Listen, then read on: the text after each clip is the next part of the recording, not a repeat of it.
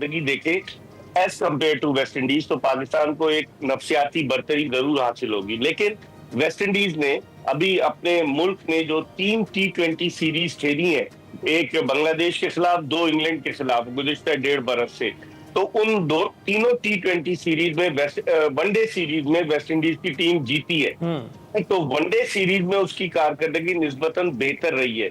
लेकिन अब चूंकि पाकिस्तान की बड़ी मजबूत टीम है और मुझे लग रहा है कि पाकिस्तान जो है वो व्हाइट वॉश कर सकता है अगर वेस्ट इंडीज कोई अपसेट ना करे, क्योंकि उनकी बॉलिंग बड़ी हल्की है। सिवाय शेमार जोसेफ के उनकी बॉलर्स को इतना तजुर्बा नहीं है।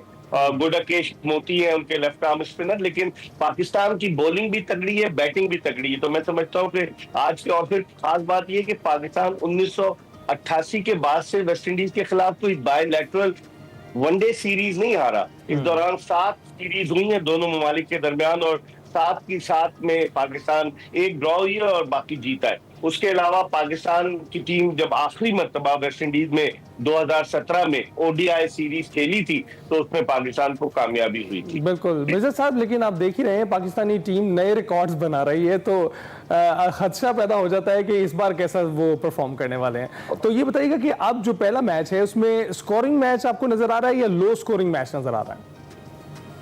देखिए, ये Brian Lara cricket stadium Trinidad and Tobago में ये मैच हो रहा है और पोर्ट ऑफ स्पेन का ये दारुल हुकूमत पोर्ट ऑफ स्पेन में आता है, ट्रिनिडाद एंड टोबैगो। और खास बात ये है कि वहां की हुकूमत ने ब्रायन लारा, जिसका वर्ल्ड रिकॉर्ड है, उसे पोर्ट ऑफ स्पेन में एक बड़ी हाइट वाली जगह पर, जिसे कहा जाए कि पहाड़ी टाइप की है, वहां स्पेशल ब्रायन लारा को जमीन दी थी जहां उनका एक ऐसा घर है लेविश किस्म का जो क्रिकेटर्स के लिए मशले राह है, क्या करेंगे तो आपको इस तरह की चीजें मिलेंगी। तो ब्रायन लारा के नाम से उन्होंने इस क्रिकेट स्टेडियम को ट्रिनिडाद के मौसूम किया है। अब ये कहा नहीं जा सकता किस तरह की पिच होगी, लेकिन पाकिस्तान के लिए डिफरेंट एटमॉस्फेयर होगा। पहले पाकिस्तान अमेरिका में फ्लोरिडा में लॉडर हिल में खेला, अब पाकिस्तान जाकर वेस्ट इंडियन सरजमीन पर खेलेगा। एक जमाने में वेस्ट इंडीज की जो पिचेस थी वो फास्ट बॉलर्स के लिए बड़ी साजगार साबित होती थी, लेकिन अब बज़ाहिर ऐसा लग रहा है कि वो मामला खत्म होता नजर आ रहा है। लेकिन मुझे लग रहा है कि इस पिच पर बाउंस होगा। हमने देखी नहीं पिच, लेकिन इस पिच पर बाउंस होगा और पिच बैटिंग के लिए ज्यादा साजगार साबित हो सकती है। अच्छा, और मिर्जा साहब, फखर जमान की जो एब्सेंस है उससे कितना फर्क पड़ेगा टीम की परफॉर्मेंस पे? देखें ना, अगर फखर जमान को आप देखें, वो फिटनेस प्रॉब्लम्स का काफी अरसे से शिकार रहे हैं, लेकिन उनकी अदम मौजूदगी इसलिए वो नहीं होगी कि बाबर आजम टीम में वापस आ गए।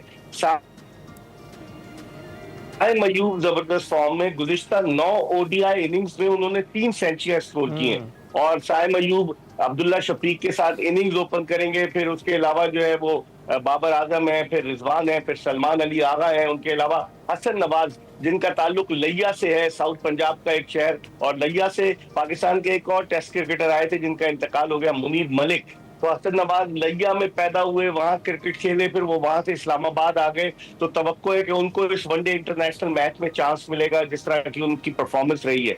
और फिर उसके बाद अब मोहम्मद नवाज को खिलाते हैं ये, या फिर ये कि ये फहीम अशरफ को प्रेफरेंस देते हैं, या हुसैन तलब को। और फास्ट बॉलिंग के शोबे में आपके पास शाहीन शाह अफरीदी हैं जिनकी 137 विकेटें हैं।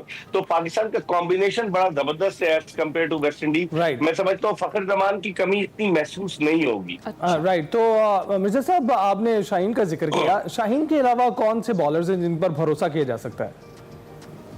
देखिए, हसन अली वापस आए हैं, हसन अली क्या परफॉर्मेंस देते हैं ये देखना होगा। नसीम शाह फिटनेस प्रॉब्लम का शिकार है।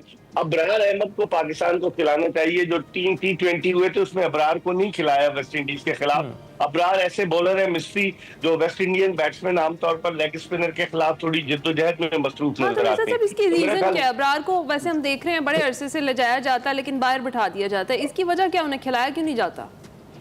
इसकी वजह जो क्रिकेट की सियासत और क्रिकेट के गिमिक्स हैं, क्योंकि आपको पता है कि शादाब खान टीम के वाइस कप्तान है, उनके कंधे का ऑपरेशन हुआ है, वो टीम से बाहर है। अगर अबरार को आप रेगुलर मौके देंगे तो अबरार कहीं अपनी जगह ना बना ले, तो जगह खाली छोड़ने के लिए अबरार अहमद को पानी पिलाने पर जो उनकी ड्यूटी लगा दी जाती है। लेकिन ऐसा होना नहीं चाहिए। क्रिकेट में इस तरह के गिमिक्स, इस तरह की चालाकियां होती हैं। मैं समझता हूँ कि अबरार को मौका मिलना चाहिए। बिल्कुल मिलना चाहिए। और मिर्जा साहब, रिजवान और बाबर भी एक्शन में दोबारा नजर आएंगे। आपको लगता है बाबर तो फॉर्म से आउट थे, अब आपको लगता है कि इस बार उन पर बड़ी भारी जिम्मेदारी है अपना आप मनवाने की? देखिए, बाबर के लिए गोल्डन अपॉर्चुनिटी है। अगर वो इस वनडे सीरीज में परफॉर्म करते हैं तो फिर जो शुरू हो रही है 9 अगस्त से 29 अगस्त से 7 सितंबर तक ट्राई सीरीज यूएई में है, जिसमें कि अफगानिस्तान, पाकिस्तान और मुत्तहिदा अरब अमारात हैं, और फखर अनफिट है। अगर बाबर परफॉर्म करते हैं तो Babar definitely will make his way to the Pakistan team, वो वापस आ जाएंगे। वैसे भी ओडीआई में उनकी वेस्टइंडीज के खिलाफ परफॉर्मेंस बड़ी जबरदस्त रही है। बाबर आजम ने 711 रन बनाए वेस्टइंडीज के खिलाफ ओडीआई मैचेस में। और पिछली दफा जब 2000 पाकिस्तानी टीम जब गई थी तो बाबर आजम जो थे वो इतने तजुर्बाकार नहीं थे, लेकिन अब उनका एक्सपीरियंस है। मैं समझता हूँ उनके लिए मौका है कि वो दोबारा कम बैक करें। ठीक है।